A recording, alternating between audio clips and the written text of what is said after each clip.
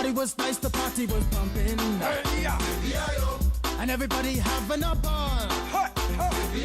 Until the fellas started name calling.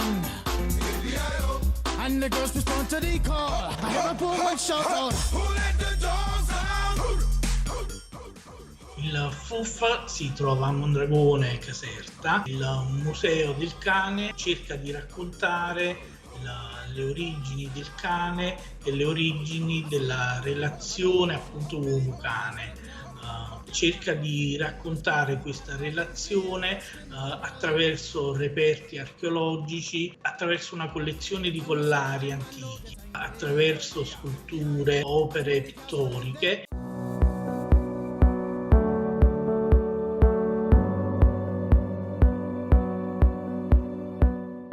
Il rapporto uomo-cane nasce dall'incontro tra l'uomo e il lupo. Non sappiamo precisamente come sia avvenuto, ma ci sono due teorie. C'è la teoria della selezione naturale, quindi dell'autoaddomesticamento. Gli umani lasciavano i resti alimentari nei pressi delle abitazioni. I lupi meno paurosi iniziarono ad avvicinarsi alla comunità umana e da lì nacque questo reciproco vantaggio. I lupi avevano a disposizione alimenti, mentre gli esseri umani avevano la protezione dei lupi.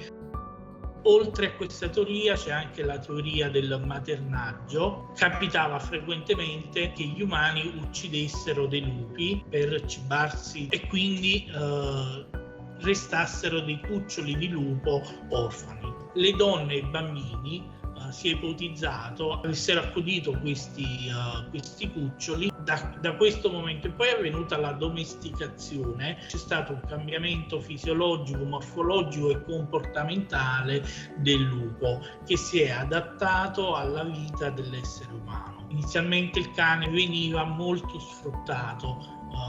Mi viene da pensare ai cani da slitta, ai cani da trasporto, ai cani da difesa. Poi nel Medioevo noi abbiamo i primi scritti dei cani da pastore. Intorno al 1570 l'uomo ha iniziato attivamente a selezionare caratteristiche del cane. Quindi sono nate poi le razze. Hai un amico in me,